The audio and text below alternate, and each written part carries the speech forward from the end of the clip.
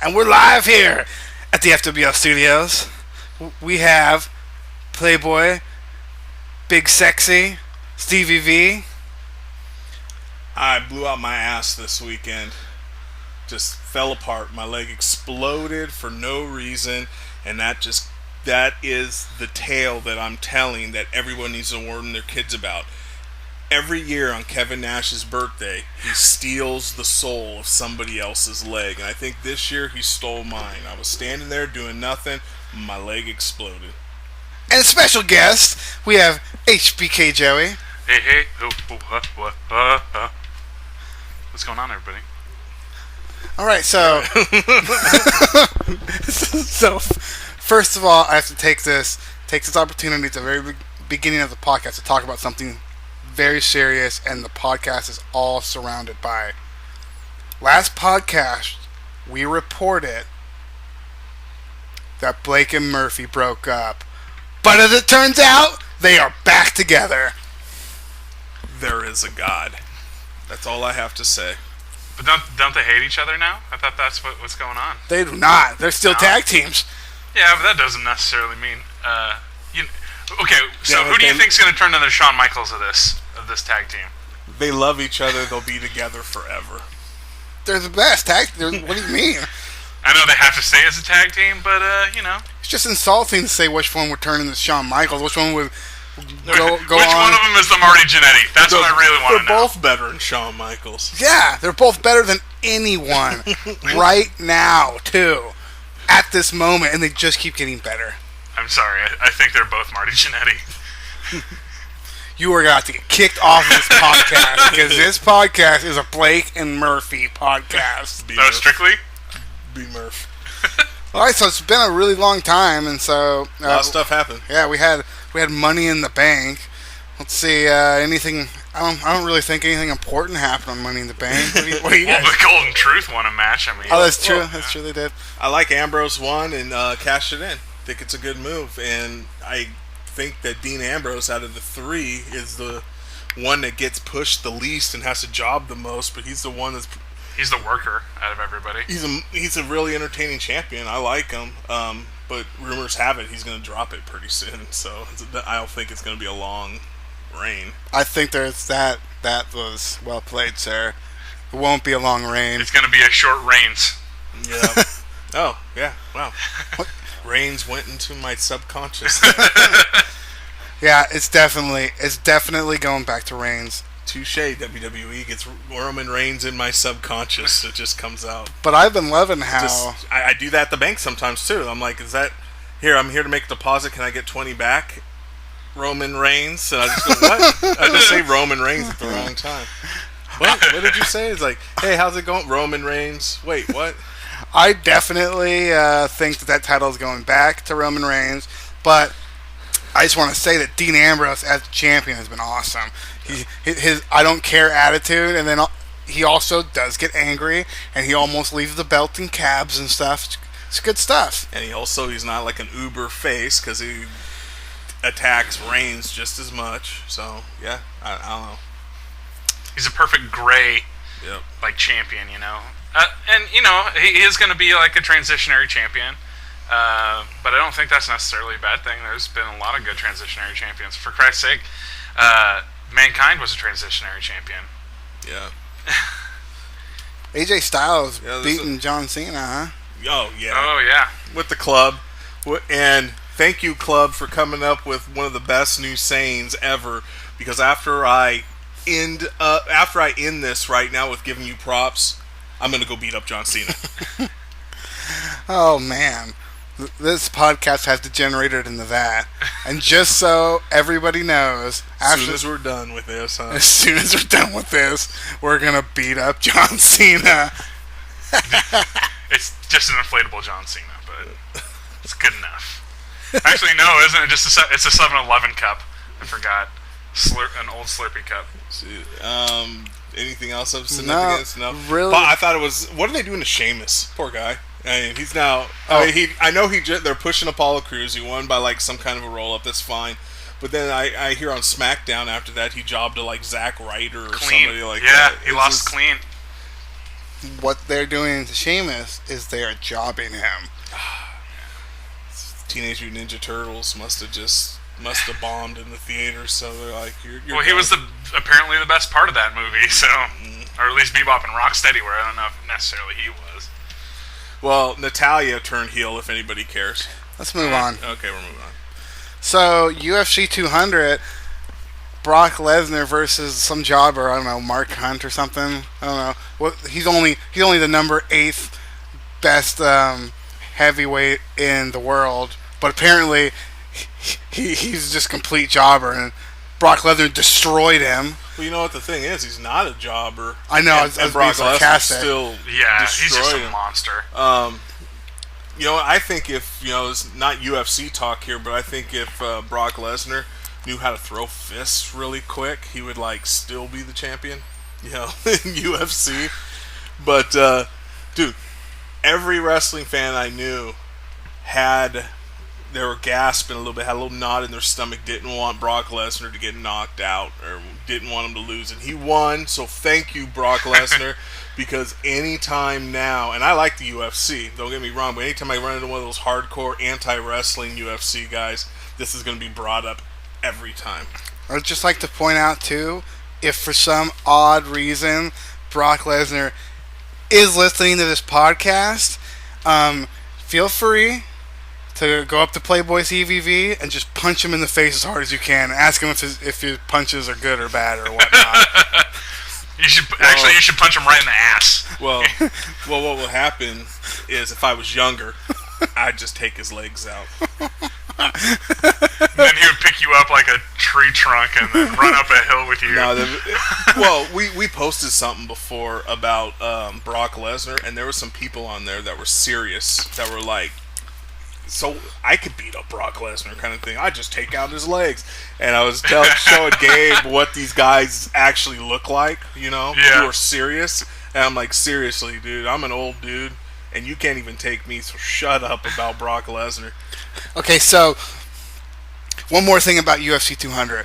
Before the match, they had a SummerSlam preview. I bet you that was in the contract. Probably.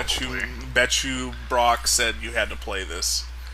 How awesome! Vince said that. How awesome was that? He definitely looks like Brock Lesnar big time the UFC. Oh, he totally. It's like, I'll be there, but then you also have to promote my wrestling match. All my product placement. Yeah. And my Doritos. My Brock Lesnar Doritos. They're missing an opportunity there. They could have had Randy Orton in the audience.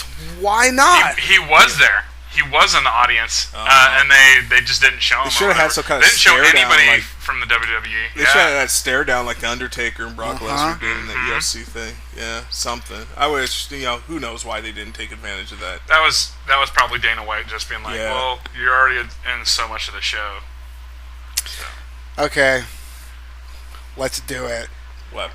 Let's talk about TNA. There's been an internet clip from their show that has been mutilating the internet. Matt Hardy, what is it, Vanguard 1? I'm doing the hand thing. And Brother Nero, in their debauchery of a storyline, has gotten the most press, I think, ever of anything in TNA. Yeah, I think it's been getting so much. TNA's never been as relevant as they are right now. Other than maybe when they first started, but way back in 2003. I don't care. Even when they signed Hulk Hogan, they weren't this relevant. But I think this whole thing has brought a lot of attention and eyes to them. And Lucha Underground is kind of shot like that cinematically. There's a lot of extra editing and different angles and stuff. I think honestly that is the future of wrestling. But I don't think that is going to save TNA from itself. Well, TNA has a problem with itself. Yeah. TNA can't beat itself. It can't get over the stigma of TNA. Mm-hmm. Not to say that these things are good or bad. They are freaking horrific. They are such the worst thing I've seen on TV, but because it's so bad, it's giving TNA people are talking about TNA because of it. So that's kind of like the whole goal of wrestling anyways, is to get, it's kind of like New Day being so ridiculous and them getting so over. But I don't know, I watched it and I just, one thing that I noticed is the older Jeff Hardy gets, the more and more he sounds like Jeff Jarrett. You know, Jeff Hardy sounds like, and then he was even swinging a guitar at one time. That's what made it even funnier. But swinging a guitar at the drones. Brother Nero. But I know I've been called Brother Nero by everybody for about a good 3 weeks to a month. And I finally got to see everything that was going on. And so basically, I got a bunch of people that are stalking me, like Matt Hardy's doing to Jeff Hardy and calling me out. I guess that's what that is. But okay, I've watched. But the drone thing was so funny, dude. And I could actually see one of you guys doing something like that to me too. Yeah. I've watched it like 4 times, and I don't know if you noticed, but there is like, when the Mexican gardener is talking, there's the most cheesiest stock music of like a Mexican restaurant playing every time he's in there. Oh my god, really? Mesquel, prepare the battlefield for massacre. I even like some of the music on there. It sounded like 80s Nintendo video game music. Like stock music on there. It was pretty funny, like the fight scenes. And Willow shows up some point in there. And I was also, because this is getting so much press and people, you know, whatchamacallit, New Day kind of did the same thing by being ridiculous and getting over. I'm starting to think that I might be entering the era of really ridiculousness gets over. You know, I think so. You know, that might be happening, and because, you know, like, I really didn't like Mojo Rawley. Now I'm starting to like him because he's so ridiculous. Dude, I think the return of the gimmicks. I think it's happening. Like the real over the top, the extreme. And what? And Brother Nero, Jeff Hardy, has been deleted. Spoiler alert, people. Sorry I didn't say it before. But he's been deleted. So what does this mean for Jeff Hardy and TNA? Moving on. You can't use his name, right? Like, it's all kinds of weird. So since we're talking about this right now, let's talk about the embarrassment. Complete and utter embarrassment that was the Wyatt compound. Yeah, it's pretty bad. Yeah, they ripped off Brother Nero's thing so hard. They just did. They didn't do a good job at it. Yeah, and you know you did a bad job when TNA produced a better segment than you did on there. I don't know. I thought it was really stupid. I feel like people were so utterly embarrassed that nobody even wanted to talk about it. I feel like we're the first people to be talking about it. I haven't seen anybody posting anything about it or anything. Like, it's not so bad it's good, it's so bad that it's bad, and we just kind of want to, like, move on.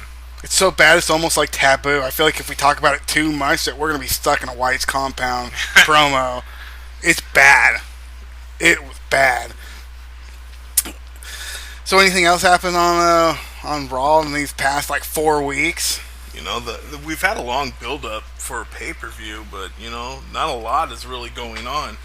You have Roman Reigns suspended, and I still don't know exactly what he took, but he's suspended, but it looks like he's gonna come right back. Oh, the Rollins report. Rollins report is pretty funny. Oh, it was so good. You see him with that live interview and just Roman Reigns admitting everything? Just admitting it. Oh yeah, and he was switching shirts, like, really fast. Yeah. Like, superhuman fast. Yeah, he must be really sweaty to have to keep changing shirts so fast. Well, he does have the wettest hair. Yeah. He does. He has the wettest hair, and he just doesn't care. I think it's kind of funny that we've had such a long time to build up to this upcoming pay-per-view, and then soon when the brand split happens, we're going to have 2 pay-per-views a month. So I think that's kind of weird, because all of a sudden we're going to have like half the time. I almost wish that they would have alternated months, because I think giving a little bit more time for a build up to a pay per view would be just make the matches better. give it because it just seems so fast, and sometimes it's not enough time for it to change at all. It's all about money now because they make more money doing more pay-per-views. They just do. But I hear you because way back in my day, the only pay-per-views that you had was WrestleMania, SummerSlam, and Survivor Series. That was it. So all the matches were huge. You got to have a long, to the point where they were able to actually manufacture a quality feud that people would pay to go and see with no fucking belt on the line. Mm-hmm. I mean, there was no, they could have something like that, but yeah, you can't do that anymore. They just. And by the way, I'm the commish. So let's talk about the brand split since you guys are talking about it. Mm-hmm. And if nobody at all watches wrestling, but for some reason they just listen to this podcast, let's keep them up of what's going on. So apparently they're splitting brands, and this is happening next Tuesday. And Shane McMahon running SmackDown, Stephanie running Raw, and they're supposed to be competing against each other. How should it be done? How should it be done? I think the way it always should be done. I'm so happy this is happening, and I hope they do it like this too. This is the way they should have did it. Have it like completely two different shows. I don't want to see anyone on SmackDown, anybody, not announcers, not anything, over on Raw, and vice versa. I want to be completely, give it that vibe again of two separate entities, so you can make tag team divisions. So you can make mega matches. Mm-hmm. What I think should happen is that needs to happen, and then the only time that they actually get together, Survivor Series, like Royal Rumble, or SummerSlam, WrestleMania. What do you think they should do with the World Heavyweight Champion? Two of them. I think they need to do two of them again. Either that, or I'd be happy with the World Heavyweight Champion being on both shows, and then make the top belts U.S. and the Intercontinental as the belts for that show. I think that's a better idea. And then two tag teams split again, and I think all the women should stay on one show because I think what they should there's a decent amount, but not enough to split. Well, I think they're going to bring too many Eva Marie's. They're going to bring some up, but I think the women's champion should be the same as the heavyweight champion, where she goes to show. I agree. And then so she'll still have more challengers and stuff. And then if they want to bring in secondary belts, other than that, let's bust up that cruiserweight. Yeah, get that. What do you think they're doing with this Cruiserweight Classic tournament? You think it's a belt or a trophy? I haven't heard it's a belt, so I'm assuming it's just a trophy. Yeah. And the ring is smaller, and it seems like, as I said last podcast, I wish that they would tour it like an indie belt, and that'd be an excellent idea. It seems like that's what they're doing, because there's a bunch of nobodies in this ring. I mean, I'm sure somebody's gonna just get on here and just get crazy, like, "What are you talking about, Cody Ibushi?" Nobody. Yeah. Well, guess what? He's nobody in America. Okay, he's nobody in the WWE. Yeah. Jericho said it. Doesn't matter what you did before the WWE, because the WWE is the end game. Yeah. So, it just seems like that's what they're doing with this. Yeah. I don't know. What they're doing with it, I don't. I'm curious, because WWE has a history of not knowing what the hell to do with cruiserweights. I mean, last time they legitimately tried to have a cruiserweight division, try to build it around Taka Michinoku, when WCW's cruiserweight division was just on fire, and they didn't push it, or they might have freaking won the Monday Night Wars. They just kind of let those guys always open the shows. You always watch WCW for the undercard. Yeah. But, I don't know, but I think you were telling me yesterday that supposedly you heard that the people who are running the Cruiserweight thing was some of the people who ran the WCW one. So I read a lot of stuff, so I thought that I read that somewhere. If that's the case, good call. Yeah, that would be a good call, because that was done right, except they were just pushed down by the upper tier people. Mm-hmm. So they got glass ceilinged. Yeah. I just think that they should give the belt, and then should have a tournament on the network each year, but the belt can be defended everywhere. Should be international. Right. It can go everywhere, be defended everywhere, and then whoever wins the tournament past the champion fights whoever is the champion at that point, but on a WWE pay-per-view. Mm-hmm. Yeah. Like a WrestleMania, right. The opening show. Because this is happening right now, we have a pay-per-view coming up, so it would be, they would wrestle them at SummerSlam. Got it. Yeah. Yeah. So, it'd be like someone big and cool for like a one-time only dream match, somebody from Japan. Mm-hmm. Yeah, it could just or, be, it could be anyone like that. Yeah, anybody. Yep, I think that's how they should treat it. But unfortunately, I don't think. Yeah, I hope they do that too. That's a good idea. So, let's talk about Battlegrounds now. There's a lot of stuff going on in Battlegrounds here. Why is Sasha Banks and a partner to be named wrestling Charlotte and Dana Brooke? What is with this? You want? They don't want to blow it off with a singles match yet, I guess. I don't know. They're stretching it out unnecessarily. Yeah, I guess because I still think I keep hearing that it's Sasha Banks, Charlotte, SummerSlam, and Sasha's supposed to go over in SummerSlam. Okay. And that's the big stage. But I'm thinking though the partner to be named, if it's obvious, it's going to be like Becky Lynch or someone. But I'm thinking it's going to be Bayley. That would be cool. Well, Becky Lynch already has a match later on the card, so. Oh, she does. She does. So probably Bayley. I'm thinking. I'm hoping it's not the Usos. Was it Naomi? Nia Jax. No, she just got done with like being in a feud with her. No way. Let's just the WWE needs to make sense. Yeah, that's true. Let's just point out Dolph Ziggler, Rusev, Lana's storyline. Let's just hope it's not Summer Rae. Yeah. Summer Rae. That's a good one. It's gonna be Eva Marie. So you think it's gonna win that match? Sasha Banks. Definitely. It depends on who's her partner. If it's Bayley, she'll win for sure. It could be somebody, like you said, it could be Naomi, and Naomi could join the Team Flair thing, so she could lose. And they can add more drama to. Ric Flair doesn't allow black people in. No, okay. Here, this is this is how it's gonna end. So it will be Bayley, right? Mm-hmm. And Bayley is gonna pin Dana Brooke as Sasha Banks and Charlotte are really going at it hard, like on the outside or something like that. That's the way to keep them out, continue their feud, and a way to give Bayley a win on her first match, and not have her beat the champion because she's not gonna beat Charlotte. Charlotte's not going to eat that pin. It's got to be Dana Brooke. So Charlotte and Sasha Banks going at it real hard. I'd definitely watch that. Real hard outside. So why is there a highlight reel? Like just to have Randy Orton on the pay-per-view? Yeah, you'll probably have Lesnar show up probably into a fight and everything. Yeah. What? Highlight reels never end in a fight. You're wrong.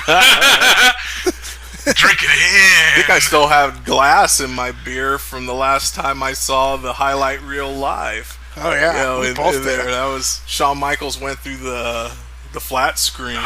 Yeah. So we have Becky Lynch versus Natalya. Does anybody care about that match? Nope. Becky Lynch wins. Yeah. Yeah. I mean. Well, my thing right there, New Day versus the Wyatt family. I'm thinking the Wyatt family's finally going to win the tag belts. I think New Day's dropping it, and I think one of them, they're going to try to attempt to break them up. Someone's turning here. They'll try and take Xavier Woods and brainwash him. It can't be. It's not for the belt.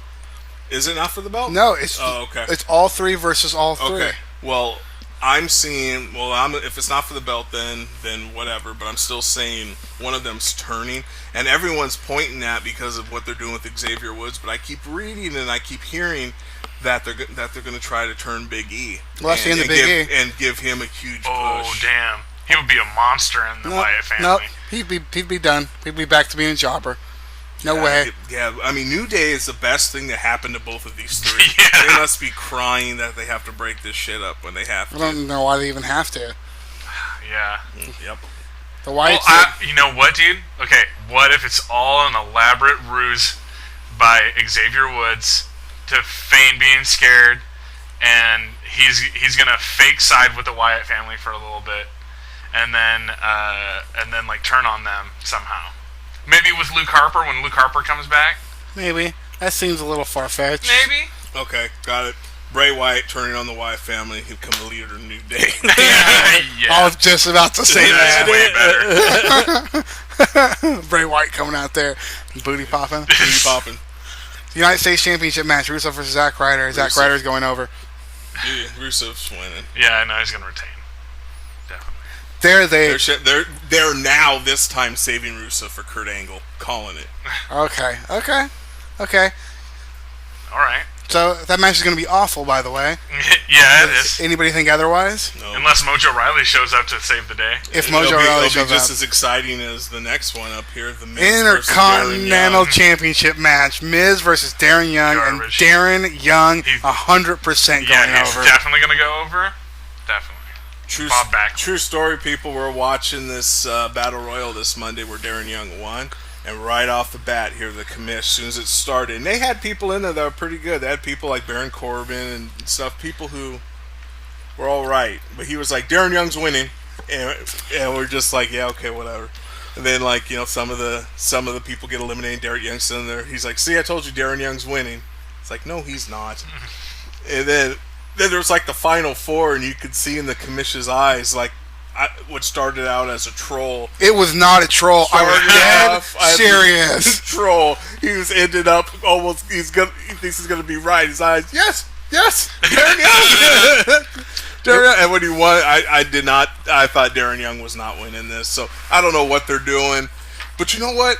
I could not stand these Darren Young, make Darren Young great again vignettes. They were making me uncomfortable, like I was being molested every time I was done watching it. I felt violated.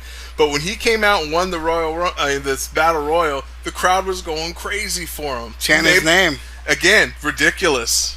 You know, the age of ridiculousness.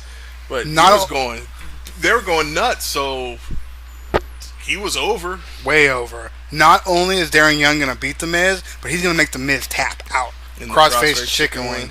No doubt. Cool. Any other predictions for this match? Yeah, I don't even have a prediction for this match. Okay, you didn't call it at all. Who is it? Huh? Who's winning? I guess if they were smart, they'd do Darren Young just because he got so over during Raw, just to ride that momentum. I'll just pick Darren Young because I hope Bob Backlund, when he wins, picks him up on his shoulders. And champagne showers him. On Raw, he was carrying around Darren. It was like in his arms, like he was a baby. And he wouldn't, and like he wouldn't let him down. Like, no, you gotta put me down so I can do this promo. And he got in his face. Oh man, Bob Backlund is a madman. All right, match of the night: Sami Zayn versus Kevin Owens. Correct. In a grudge match. No belts, no nothing. It can go either way. I'm just going with Kevin Owens. That's one of those feuds. That's awesome match. Like Stevie V was saying about how you can turn that feud into that is a money making feud right there. You don't have to have a belt on the line. That thing is going to draw because it's taken time to build too. Yeah, years. And you know what would be smart when they do the brand split? They'll split both of them up, and then they won't be able to fight each other for a really long time, and then all of a sudden they'll show up at Survivor Series on opposite sides, and then you get to see it for like a split second and be like a little bit of like a cherry on top. So who's winning? Owens. He's the man. I think they want him into the title picture. I can tell. I think the match is going to get thrown out, and they're just going to fight throughout the whole night. Please let them fight throughout the whole night. Just randomly just in the crowd. It's the opening match. Yes, opening match, and they just is it a false count anywhere? No. It gets thrown out, and then you just see them keep fighting like other matches is happening, and then like the Becky Lynch and Natalia. Then you see them just coming by hitting each other on top of the Titantron. Yeah, in the food stands and all that stuff, merch booths. Just all night, you never know when they're gonna into the river. Okay, Cena and Big Cass and Enzo versus the Club. I'll just give you my prediction. Club's winning. Someone will pin Enzo. I am afraid that Baylor's going to show up anytime. And right now to me is a bad time for Baylor to be called up because I just know they're not going to resist the temptation to put Baylor in the Club. And now that's going to happen. Right now the Club is feuding with John Cena, and I just don't want Finn Balor to be on like Carl Anderson level or something like that. Like he can just get buried. They're the clock ticking right now too, and it's just how long it takes for John Cena to shovel the dirt in the hole because that's what's happening. I just don't want to see Balor be in that hole, while he's burying it. But I don't. If they're smart, it's going to happen during the brand split, and they're going to. Like John Cena and AJ Styles are going to be on opposite shows. If they were smart, they would have Baylor have nothing to do with the club. Unfortunately, we just watched the NXT. Finn Balor was too sweet and people, like too sweet Nakamura on the head and stuff. So I don't know. And even his Tron said Baylor Club on it. Yeah. So who do you think's gonna win? I'm thinking the club's gonna win. Let's go with the club. I think the club's gonna win because Enzo and Big Cass are gonna join the club. That would be amazing. And they're all gonna beat up John Cena. Huh. So they're pretty much doing nothing with them right now. So they're gonna try to make the club an NWO popular thing. That's the way to do it because Enzo and Cass are the two most popular people. Enzo can come out on the mic and the music's playing too. Yeah. I'll be amazed if that happens, but you called it. If it happens, you called it. That would be incredible. So now we have the main event. Dean Ambrose, WWE World Heavyweight Champion, versus Roman Reigns and Seth Rollins in a triple threat match of doom. Doom! Okay, I know I'm going to go with, I think Ambrose retains. I do. I hope. He deserves to retain right now. I think it's too soon for them to put it on Rollins again right now. I think they'll make more out of him by having him chase it for a little while. And it all depends on what they're going to do with Roman Reigns. If they're like, okay, Roman, you're back and we're all the way 100% behind you still, go back there, then Reigns might win this. But I think Ambrose should win. I'm going with Ambrose. I hope that happens. Ambrose has been great as champion. What do you think? I think it would be ridiculous. Can you imagine the heel turn? The Roman Reigns comes back and wins this thing, and everybody they really let the boos come in, of the crowd, and how hated he could be. Like if he won the championship, if Roman came back, then that's it. They finally give him that heel turn. I don't know. I've heard that Vince McMahon was upset with him for doing the wellness policy thing. Probably won't give him the championship back, but if he could get that heat, I'm sure he was going to get it no matter what when he comes back. He's not the champion anymore. You're not going to see him until the pay-per-view. So yeah, I would like Roman Reigns more if he was just a heel. Yeah, would play the traditional heel. So who you calling? I'm going to say Roman Reigns is going to win this match. Yeah, Roman Reigns is just going to spear Ambrose 1, 2, 3. Done. No shenanigans, no anything. Clean pin, babyface chair. Everybody's booing him. Right? No doubt. No doubt in my mind. And I'd be willing to put the top dollar on the line. Top dollar. Just for the record, everybody, I have bets that I make for $1, and when I win, I hang them on the wall and I write people's name on them. Just constantly get reminded of the time that you were wrong. So, yeah.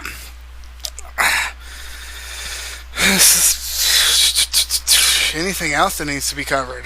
Lucha Underground Ultimate Dose is happening. We should talk about that. We're right in the middle of that, though, right in the middle of it. Dude, that Cage and the Max show. Okay, well, what about Baylor and Nakamura's match that we saw took up a whole NXT? All of NXT except for Rhino. Oh, God. Why are we talking about Rhino? Went from talking about Cage and the Mac real fast, and we went to Balor and Nakamura, and then Rhino? Dude, Nakamura, I'm hoping he's going to be this over when he goes to the main roster. I just do, because he's amazing with the crowd also behind him the whole time too. You don't see that all the time with other wrestlers. And I want to see that with a bigger crowd than an NXT crowd. He's been getting over when they've been touring with house shows with him, and he's been getting the same reaction at these house shows. Mm-hmm. And it's not NXT house shows; he's with the main people. Oh, so I just hope so. I hope he gets over. Yeah. I want to see an entire arena full of people singing his theme song when he's coming out, because that sound would just be amazing. Because that thing that he had with Baylor when he came up and said, "I have to beat you," that thing that I just right now thinking about, if the whole crowd was behind him like the NXT crowd is, but a huge crowd like on Raw, him doing that shit to John Cena, it would be electric. I wish they would have showed the match in Hawaii with him versus Cena. Oh. They better have that somewhere. It's going to be on somebody's DVD eventually. Yeah, I want to see that too. I would love to see how that crowd reacted, because they would have been behind Nakamura. Man, yeah, they definitely would have. Because those people in Hawaii are really big into Japanese wrestling too. Yeah, they love Japanese and culture The Rock and everything. So, also though, damn it, I forgot what I was gonna say. Worthless. So the Mac and Cage, Ultimate Lucha Dos, and they had what was it? No holds barred. Yeah, it was a false count anywhere, just like the match they had in the Ultimate Lucha 1. But they outdid themselves. Cage is amazing. Uh-huh. I would just like to say that first of all, and I couldn't believe that they outdid their last match, because their last match was amazing. And one of the most surprising things about this match is the office is Dario Cuerto's, that they shoot all the promos in, is actually at the spot where he comes out. Like, that is the real office, because they broke into there. I couldn't believe it. It really was that thing. Like, once they were actually in there, I was like, no, there's no way it's not. It's actually that thing. It's pretty impressive. Yeah. So we're gonna talk about Lucha Underground for a second. So who do you think's gonna win? Pentagon or the Monster Matanza? I really want Pentagon Jr. to win so bad. That guy, the second he showed up on Lucha Underground, and he was a 10,000-year-old undead ninja warrior. Yeah, over. I was sold. Right, sold. I so much want Pentagon Jr. to win. And here's the thing: Playboy CVV at the very beginning of the season said that at the end of this season, Pentagon Jr. is going to be champion. So who do you think is going to win? Pentagon Jr. You should have said the Monster Matanza. You should have said the Monster Matanza. What are you thinking? And we could have just ended it right there. Well, episode over. Well, I was gonna say what I forgot to mention was, I know all of our shit that we're talking about Brock Lesnar. Hey, those guys who are hardcore UFC and anti-wrestling fans, it's not going to be the same when CM Punk loses at the next pay-per-view. CM Punk's not losing. Oh, if CM they Punk... purposely are looking for someone for him to win. If CM Punk goes over on UFC... He's retired, done. Never fight again. Yeah. Yep, that's it. When he goes over, that is like the death nail in the coffin for those what's that douche's name that has a podcast? Oh, Joe Rogan. Oh, God. Like Joe Rogan stuff. It's done, dude.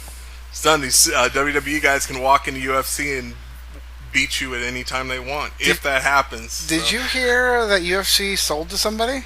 Who bought it? Yeah, I don't know. Yeah, it got sold. So at the next UFC pay-per-view, McMahon's going to start it off in a Raw background thing? Probably.